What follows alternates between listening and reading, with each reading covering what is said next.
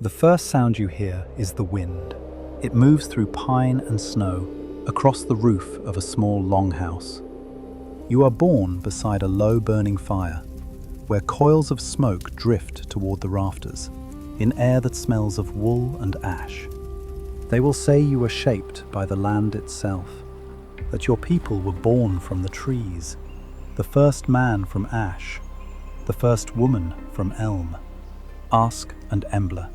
From them, all others. From them, you. The world does not promise survival, only the chance to earn it. Around you, women move quietly. They are strong-armed, calm, practical, midwives, mothers, keepers of the hearth. On the 9th night, if you're still among the living, your father lifts you to his knee, sprinkles water over your head, and bestows upon you a name that will carry the weight of your ancestors. You will grow up with the smell of smoke in your hair, the taste of salt on your tongue. By the time you can walk, you'll fetch wood and water. By 10, you'll know the pull of an oar, the heft of an axe. Childhood here is brief. Life demands skill and resolve. The winter never forgets the weak. And yet, there is warmth.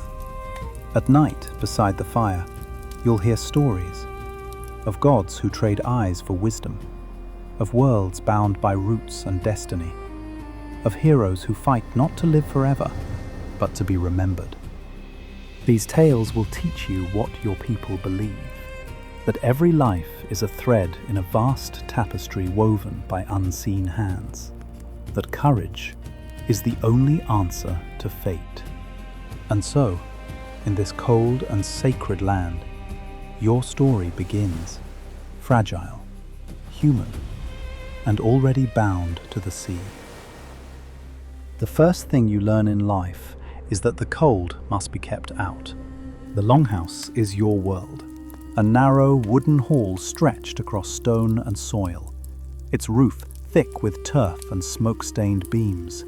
Fire glows at the center, its light trembling against the carved posts that hold up the sky. Around it, life moves in rhythm older than memory. The husfru, the lady of the house, rules this realm. The keys at her belt mark her power. She keeps the stores, the loom, the ale, the peace. Her hands decide when the butter is churned, when the bread is baked, how much grain will last the winter. Opposite her sits the bondi, the father, the master of the house. His high seat stands beside the fire, carved from oak and blackened by years of smoke. Here he greets guests, settles disputes, weighs honor against hunger. His axe leans within reach, not as a threat, but as symbol, proof that his word carries the weight of law. Above him, the Jarl rules from his hall on the headland, a greater fire that casts its light across the fjord. In summer, the bondi brings tribute, grain, wool, or men for his ships. Between them move the carls, free folk whose labor keeps the world turning. Their days begin before dawn, hauling water from the stream, mending fences, feeding goats that breathe clouds into the morning air. Below them, the thralls, enslaved men and women, work in silence. They clean the troughs, split wood, scrape hides. Some were captured across the sea. Others were born to the same fire they serve. They eat last, sleep nearest the door, yet their hands hold the hall together. The sounds of the day are a language of their own. The thud of the loom echoes like a heartbeat. The rasp of the whetstone sharpens the air. Knives clatter against wooden boards. Children chase one another through the smoke until a voice snaps, a mother's command cutting clean through the din. By midday, the doorway opens to brief grey light. Men tramp in from the fields or the sea, stamping frost from their boots. Cloaks hang steaming near the hearth. The husfru ladles broth into wooden bowls. Each portion speaks silently of rank. The master first, then kin, then workers, then thralls. Conversation hums low but steady, talk of weather, fish, trade, gossip, and the endless tally of what must be done before nightfall. When storms roll in from the fjord, the hall tightens into one body. Animals shuffle and sigh in their pens at the far end, their warmth rising like breath. Someone sings while mending a net. Another hums an old verse to keep rhythm at the grindstone. As dusk falls, the hall softens. The loom quiets. Tools are stacked. The air thickens with mead and story. Men speak of hunts and voyages. Women speak of births and losses. Somewhere in the half-light, a thrall hums to a restless child, a tune older than any name. You sleep on benches lined with furs, the heat of bodies and animals mingling. Beyond the walls, wolves call across the snow, and the storm claws at the roof. Inside, someone rises, adds another log, and the fire answers with a sigh. The hall endures. The thaw begins quietly. Snow loosens its hold on the hills, and water runs again through the streams that feed the fjord. The Longhouse doors creak open to a grey sun, and the people of the farm step out to take stock of what the winter left behind. Spring is the season of work and of leaving. All through the villages, men scrape barnacles from hulls and caulk the seams with wool and tar. Women unroll sails stored since autumn, patching and greasing them with fish oil until they shine like wet leather. The smell of pine, smoke, and pitch returns to the air. The smell of motion. Few build ships from nothing. Most repair the ones that have weathered a dozen voyages. A single longship is a fortune in wood and iron, its sail worth as much as the hull. It binds a whole community, carpenters, blacksmiths, weavers, farmers, all lending what they can. For the young, spring is a beginning. You are old enough now to row, to fight, to see what lies beyond the headland. Your father speaks little of it. He has seen what the sea gives, and what it takes. The old say the sea makes equals of all, Bondi, Jarl, and thrall alike, for no man commands the waves. But still they go, every year, when the ice breaks and the wind turns. The fjords empty, like veins, carrying men and hope and rumour into the grey beyond. To stand on the shore in spring is to feel the pull of both. And when you finally push from land, the world narrows to oars, salt, and breath, the edge of the gods' domain. The fjord is gone. Each stroke carries you farther from the land, farther from the warmth of wool and smoke. Before you lies the open sea, what your people call the whale road. It glints under the dim sun, vast and silent, a moving mirror that shows no mercy. Most people will never stand here. They will live and die inland, among birch and pasture, their lives measured by harvest and snowfall. To them, the sea is a boundary, the place where the known world ends. To you, it is a calling. Life aboard a longship is work without end. Crews range from 20 to 60 men, depending on the vessel. They row in shifts, 6 to 8 men at the oars while others rest, eat, or bale water. The bailing never stops. The ship leaks constantly. And if they slack, the sea will climb inside. The air is always wet. There is no shelter, no cabin, no roof, only the open deck and the cloak across your shoulders. They sleep where they sit, backs against the gunwales. The sea rocks them awake as often as it lets them dream. Some whisper that even sleep belongs to the ocean. It grants it, and it takes it back. Food is simple, deliberate, and hard as the men themselves. Dried or smoked fish, are chewed cold from bags.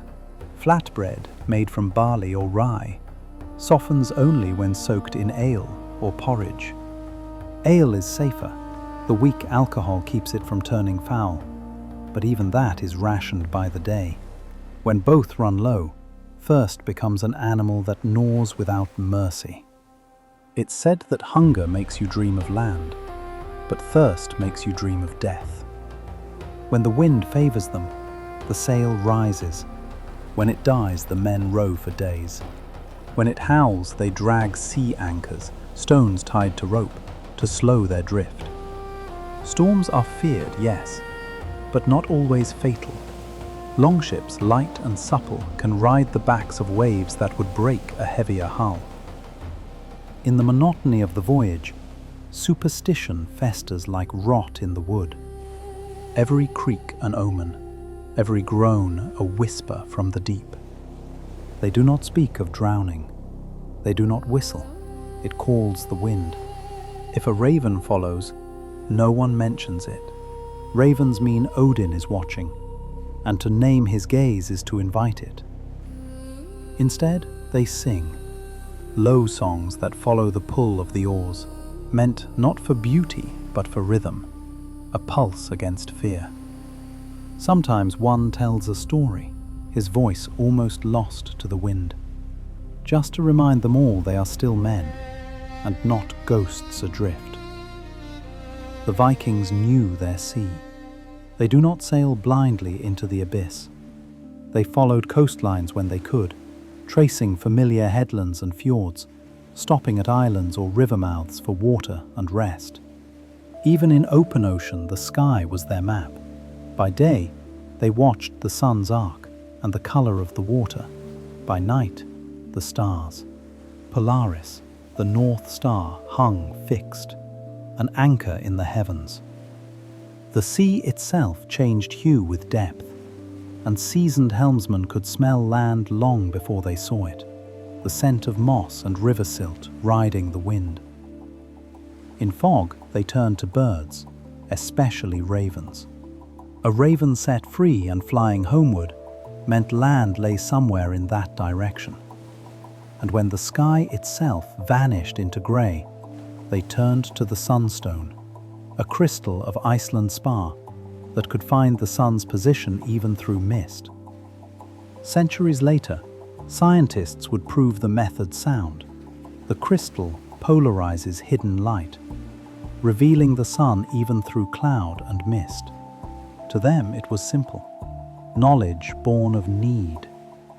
The gods might watch the sea, but it was men who learned to read it. As days pass without sight of land, you start to wonder if the gods are still with you. The world shrinks to a circle of grey water and grey sky. Sometimes the ocean goes still, and that is worse than the storm.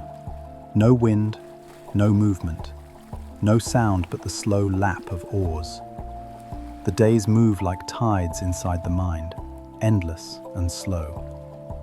The men sweat and blister under the pale sun, rowing until their hands bleed. When the wind finally returns, it does not come gently. The sail screams, the mast bends, water crashes over the bow. Some tie themselves to the benches so they won't be thrown overboard. Others refuse the ropes, choosing the god's will over a slow death bound to wood. When the storm breaks, you bail for hours, but the sea always takes its due. A man, a chest, a memory. When a man goes overboard, no one cries out. There's only a splash, a frantic beat of arms, and then nothing. They say those claimed by the waves are taken to Ran, the goddess of the deep, who gathers sailors in her net and feasts with them forever. When the weather clears, life returns in small ways.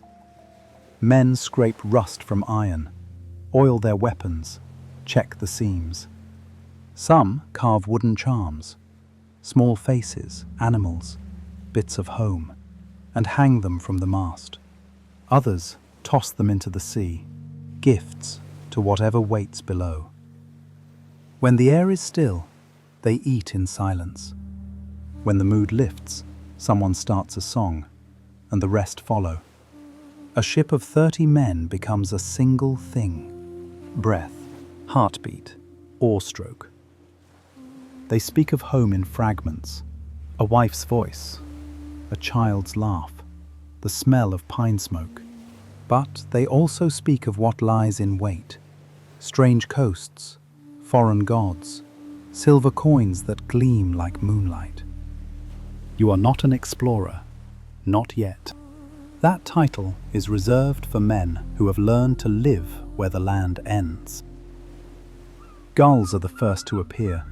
Their cries sound like laughter, sharp, familiar, alive. Then comes the smell, the sweetness of earth carried faintly on the wind. The men straighten, blinking into the haze. Someone points. There, faint against the horizon. Land. The helmsman grins for the first time in days. Oars go out again, biting the waves with new hunger. The sea begins to change color, green over sand, brown near the shallows. You can almost taste it now. Grain, warmth, solid ground beneath your feet. You have arrived at the English coast, the edge of another world, a land of abbeys and kings, of traders and strangers who speak strange tongues. Here, silver flows from river mouths, and the wind smells of wheat instead of pine. It is a place both promised and perilous, where fortunes are made and blood is easily spilled. The ship glides toward a broad estuary, tide curling beneath her keel. A bell rings somewhere inland, faint, rhythmic, human. For the first time since they left the fjord, the men lower their oars and simply listen. Some ships will make it this far, others will not. For every crew that returns, another vanishes without word or witness. The sea is generous only in stories. And yet, each spring when the ice breaks and the smell of pitch returns to the air, someone always sets out again, chasing that thin grey line where land ends and fate begins. The ship grinds softly into sand. For a heartbeat, no one moves. Then a splash. The first man wades into the shallows, boots dark with mud.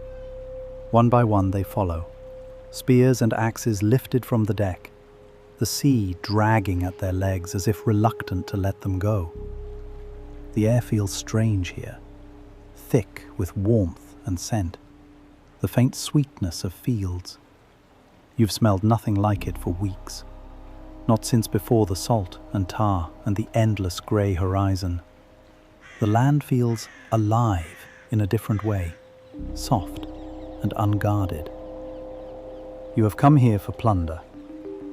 Word has travelled across the Whale Road, of great halls filled with gold, of abbeys where holy men hoard silver and wine, of lands that sleep without fear. This voyage is not for barter or peace. It was for wealth and the fame that comes with it. A man's worth is measured by what he dares to take. Yet not every ship that crosses these waters comes with the same purpose. Some carry traders with furs, amber, and iron, bound for markets along the rivers of Francia and the Baltic. Others bear settlers, families, and livestock, chasing new soil and softer winters. Some hunt men, taking slaves from foreign shores to sell in Dublin or Hedeby. But this ship carries only hunger. As you climb the rise above the shore, every step sounds too loud. The wet pull of mud, the clink of iron, a cough swallowed by the air. You move through knee-high grass and thorny brush that smells of soil and rain. The ground feels strange beneath your boots, nothing like the rock and pine of home.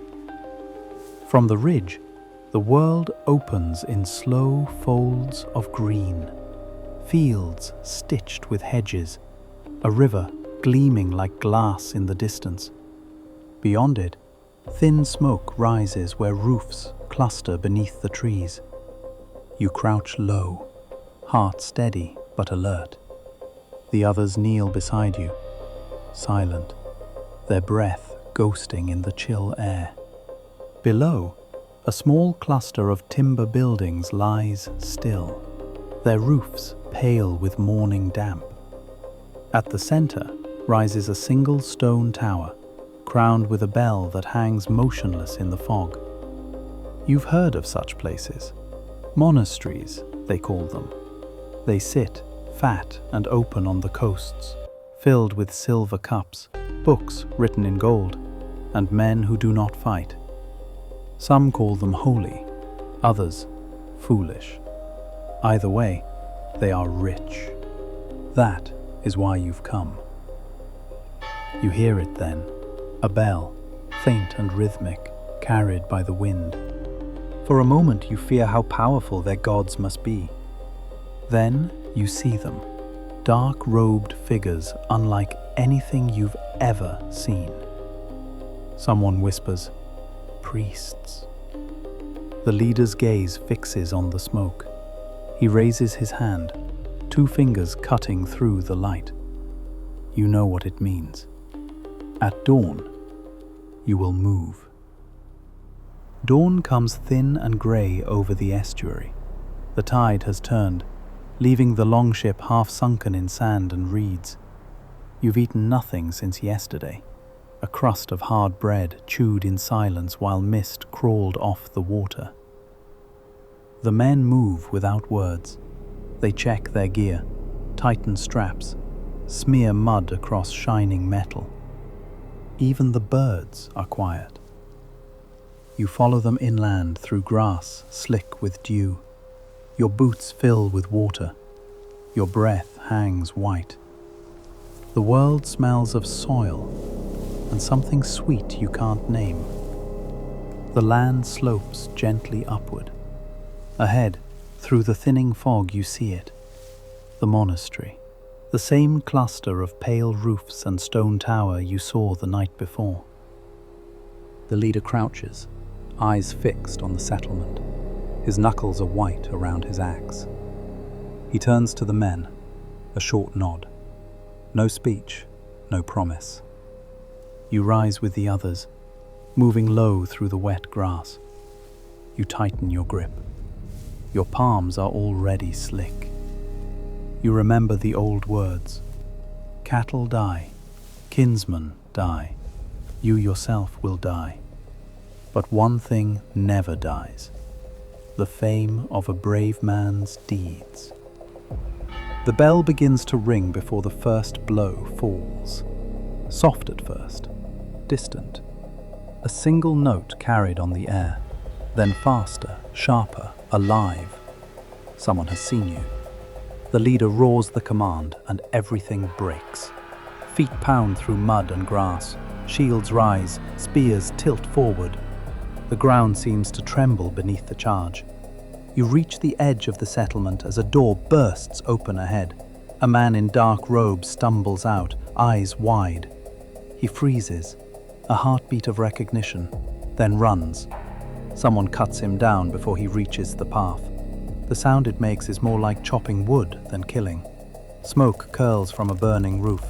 Hens scatter, flapping through the haze. A monk kneels in the dirt, clutching a wooden cross, muttering words you don't understand. An axe falls. The cross shatters. You step over something soft and keep walking. The smell of burning straw hits you. Sharp, hot, choking. A voice shouts behind you. Then a shape, a man, runs from a doorway, clutching a book to his chest. He's younger than your father, older than you. He looks at you, mouth open, as if to plead. You lift the spear because you're supposed to. You swing because everyone else is swinging. And then it's over. Faster than a breath, quieter than you thought it'd be. The man collapses like the bell rope, folding into the dirt as the pages scatter, fluttering in the wind like pale birds. By midday, the world smells of ash, iron, and wine. The men have found the storehouses. They haul out barrels and casks, laugh with their mouths full of stolen bread. Someone plays a bone flute. Another drags a captive towards the ship. The leader counts silver in his palm, sunlight glinting off each coin.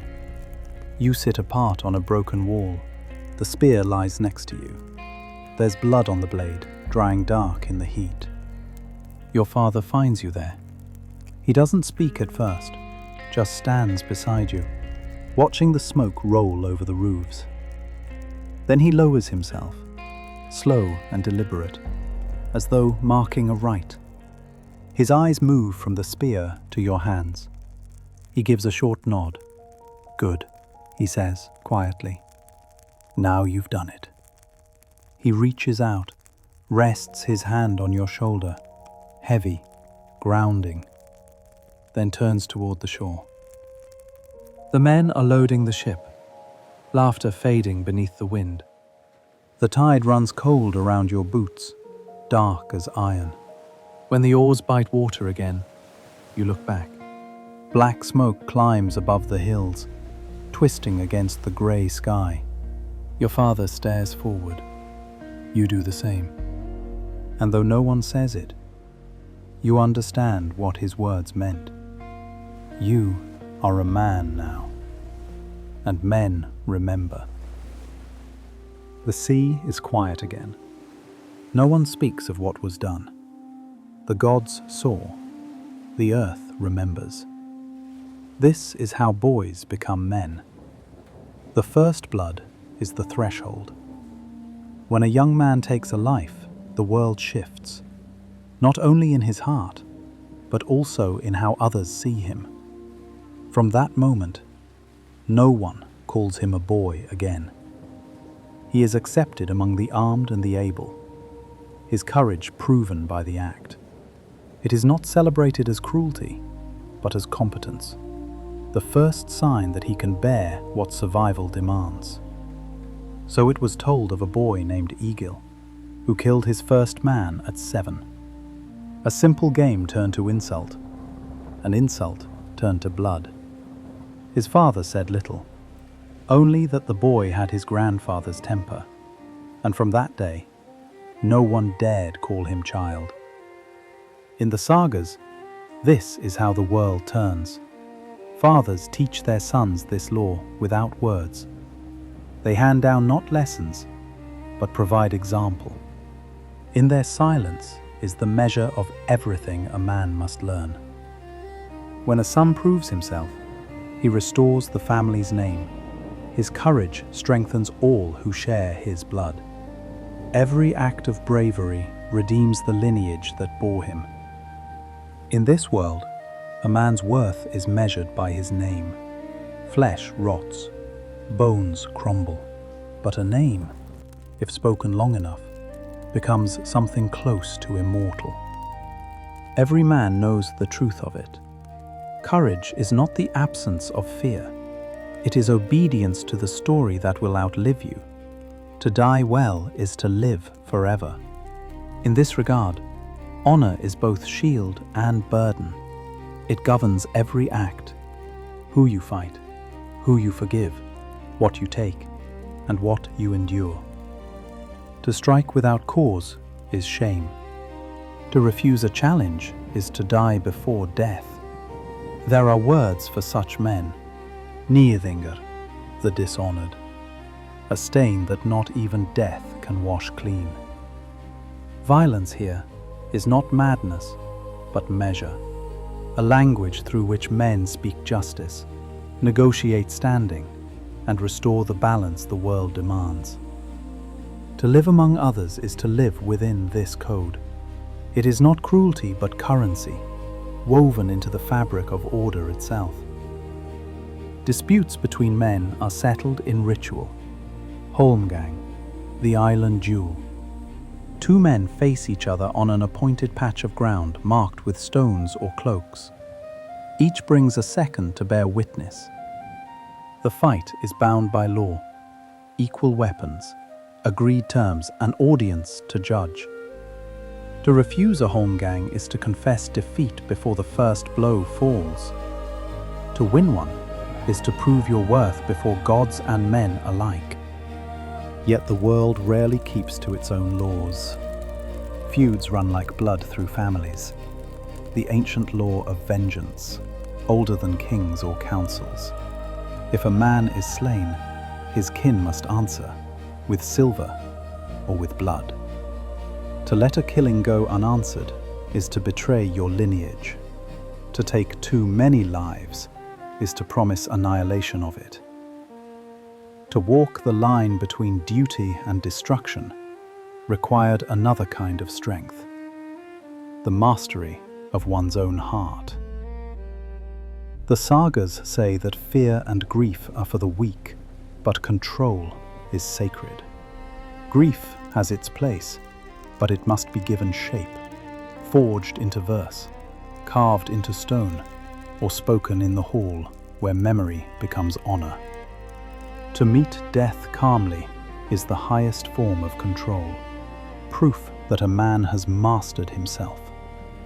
When men fall, the living remember by building the dead into the landscape, mounds rising from the fields, stones standing like sentinels along the fjords. Names are carved in runes, terse, enduring, each line an act of defiance against silence. Thorstein raised this stone for his brother, who died west over sea. Gunnar rests beneath this mound. May his name never fade. Each inscription is both grave and poem, history hammered into rock.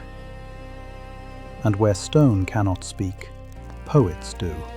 The skalds, keepers of memory, travel from hall to hall, turning death into verse. They weave truth and glory into one thread, a man's courage in battle, his generosity in life, his name burning bright against the dark. They do not sing of grief, they sing of endurance. A life remembered is a life avenged.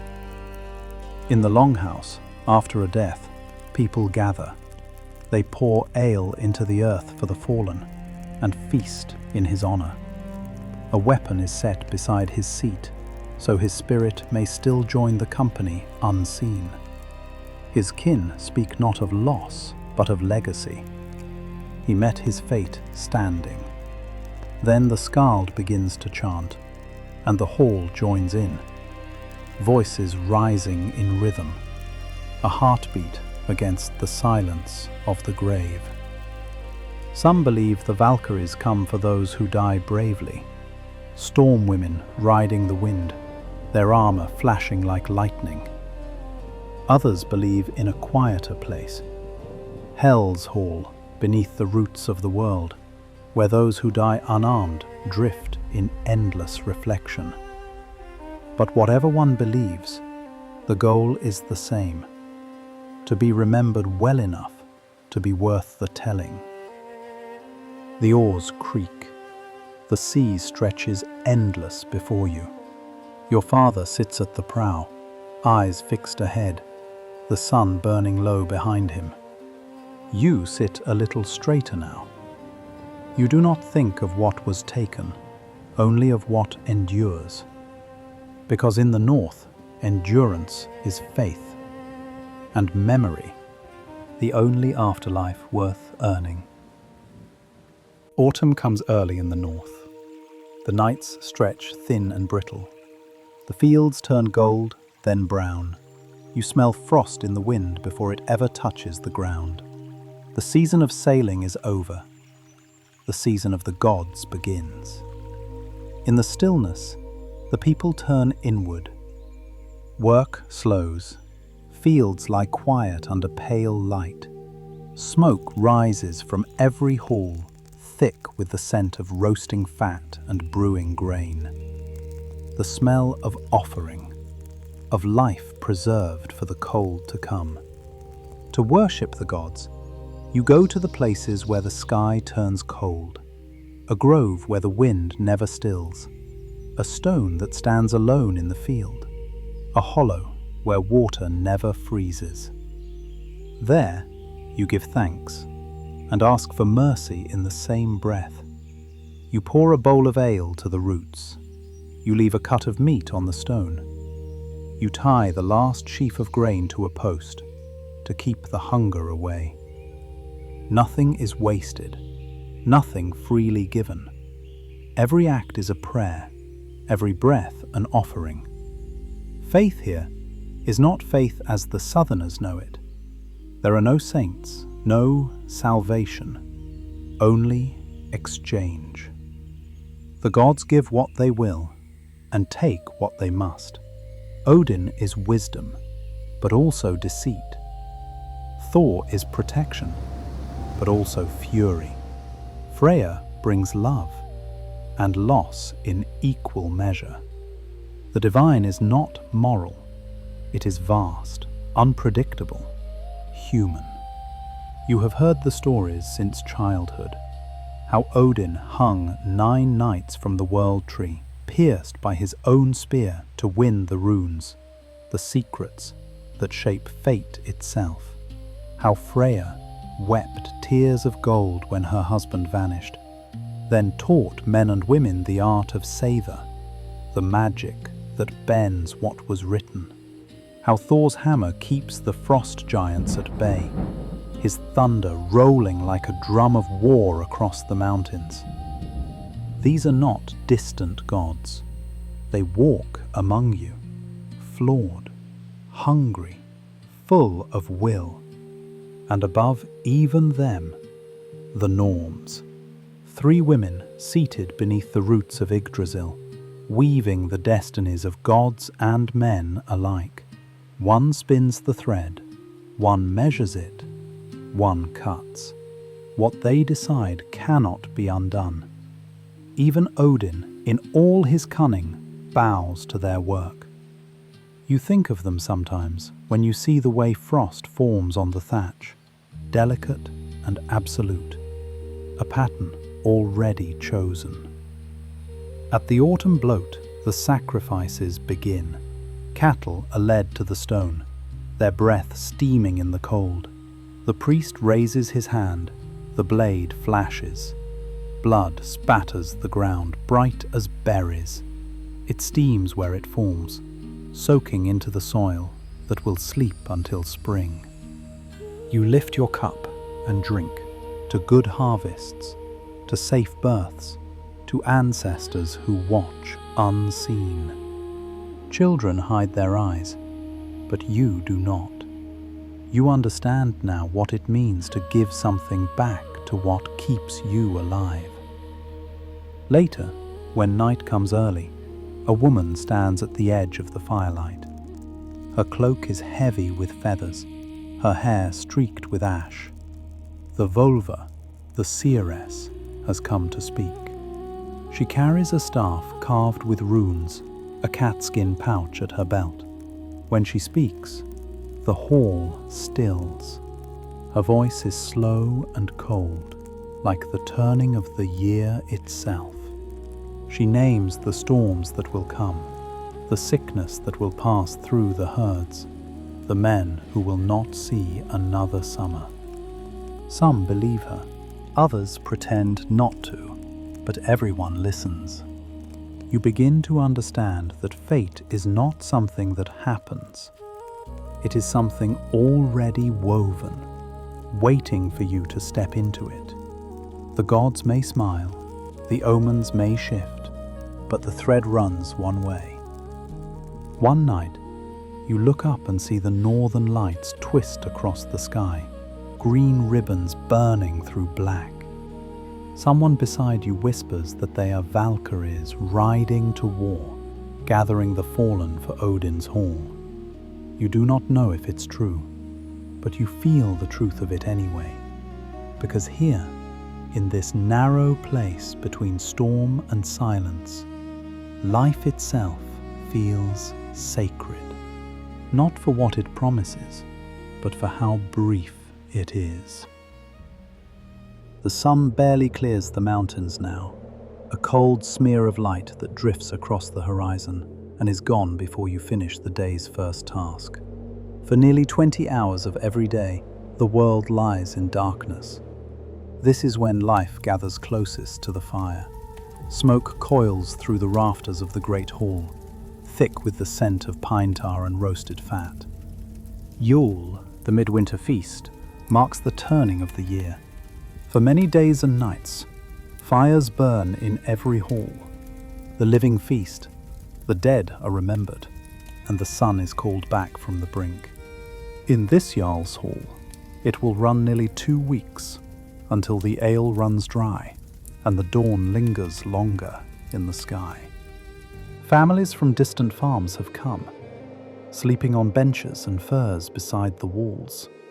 You will not leave until the feast is done.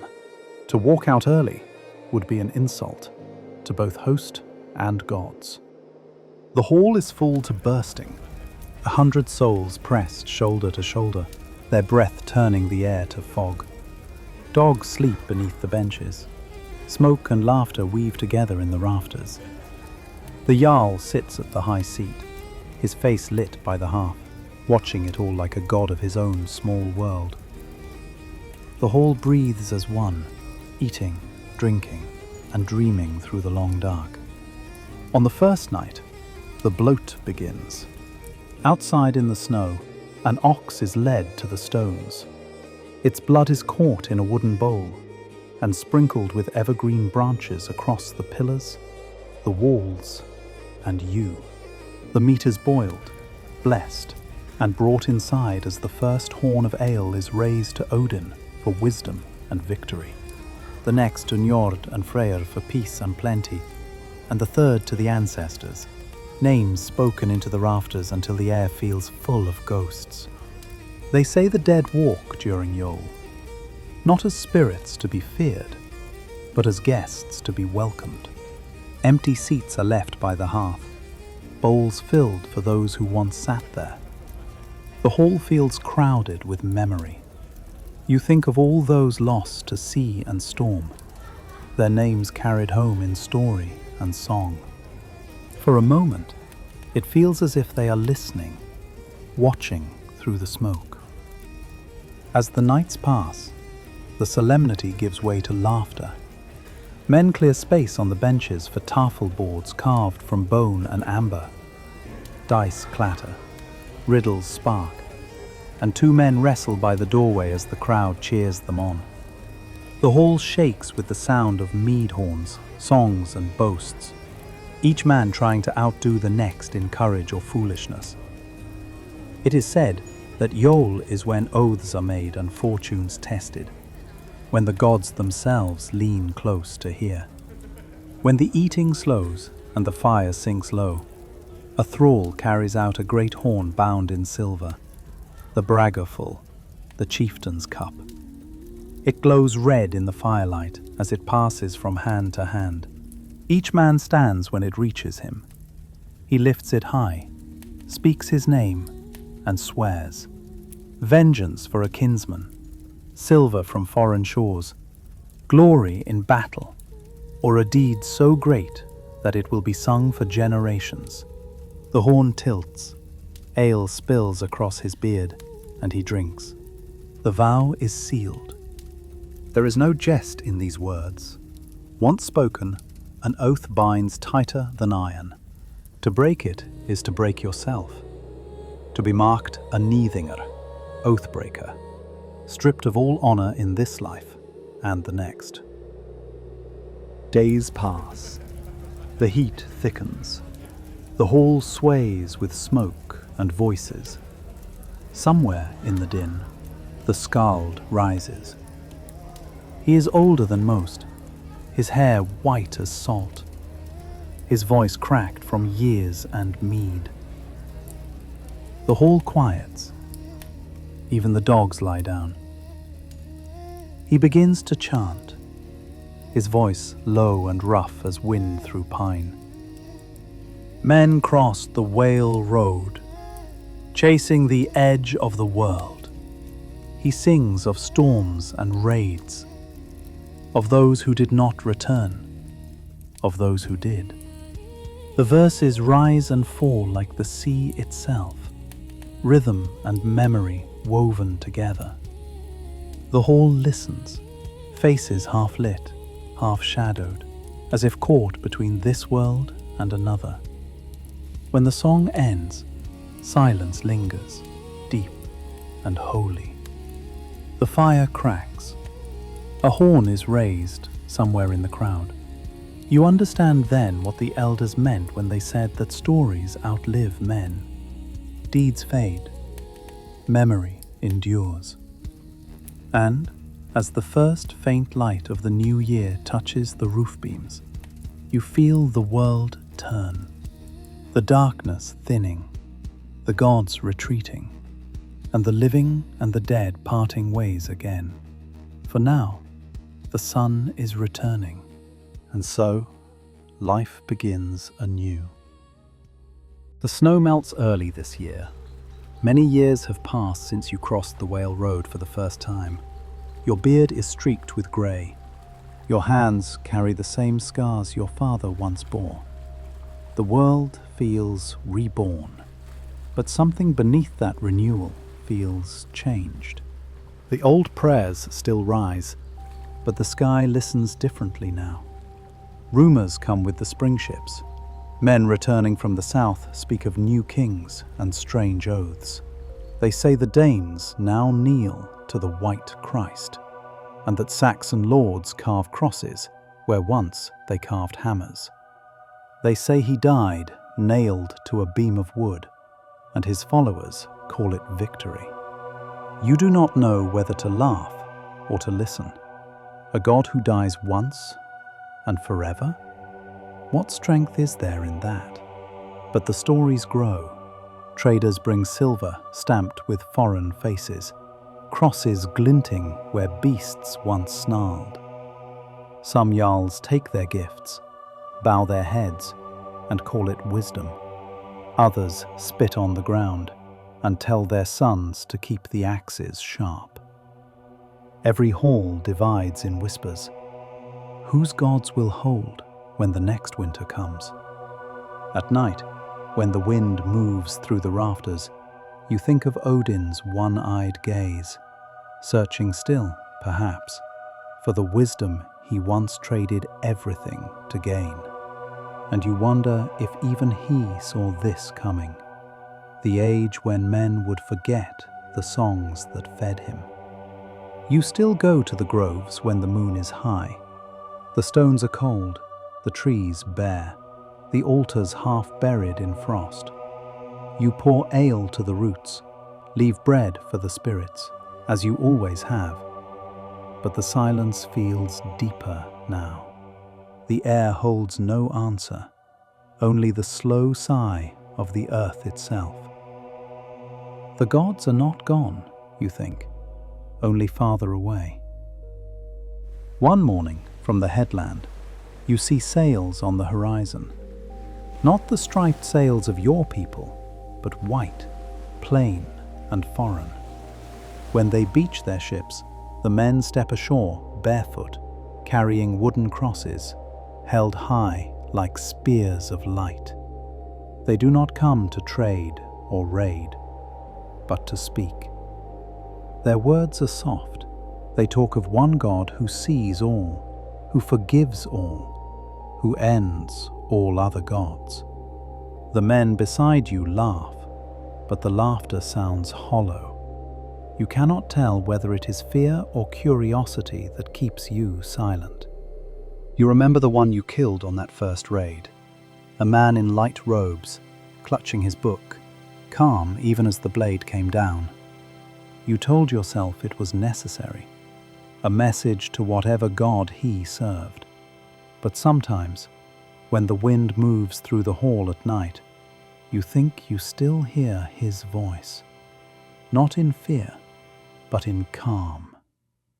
In the following seasons, one of the neighboring jarls accepts their faith.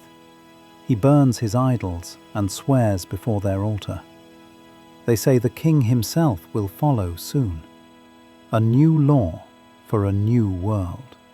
Some call it progress. Others call it betrayal.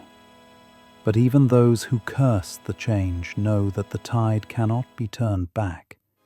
It moves as fate does, unseen, unstoppable. You dream of the gods more often now, not in battle, not in glory, but in retreat. Odin walks into mist. Freya fades with the morning dew. Thor's hammer falls silent against the sky, and in their place rises the sound of bells, soft and cold as snow. One evening, you stand by the water as the sun sinks red behind the fjord. The same sea that once carried you to foreign shores now feels heavier, older. You think of everything it has taken, everything it has given. You think of the stories carved into stone, of names whispered over mead, of those who will never be spoken again. And as night falls over the water, you understand. Every age ends not with a cry, but with a whisper. Not in flame, but in fading light. The gods are leaving, and the world once more is being born. The north changes, but it does not vanish. The men who once rode through fog and fire become kings, traders, settlers. Their children build towns where the longships once rested, raise churches where groves once stood. They marry into foreign blood, English, Irish, Frankish, until the old words fade from the tongue but remain in the bones. In time, their descendants will rule half of Europe and chart the edges of the world. 1,000 years from now, their sagas will still be told, though few will remember the faces behind them. What began as terror becomes legend. The same monks who once prayed for deliverance from the north will later write the stories of their coming, gilding them with awe. Raiders become explorers, pagans become poets. The blood dries, and what remains is myth, sharpened not by fear, but by wonder. They were never one people. Their gods differed, their tongues twisted through fjords and fields. But they shared one truth, one idea that outlasted empire and creed, that a man's worth lies not in how long he lives, but in how fiercely he faces the world. That courage, once kindled, can outlive death itself. And so their echo endures, in the stones they carved, in the ships that sleep beneath the sea, in every story told beside a fire, when the wind howls through the eaves. The north is still there, in the silence between waves, in the memory of what it means to stand against the dark. You've traveled far tonight, through snow and sea, through stories older than memory. Thank you for listening and for sharing the fire. I look forward to our next journey together. Until then, good night.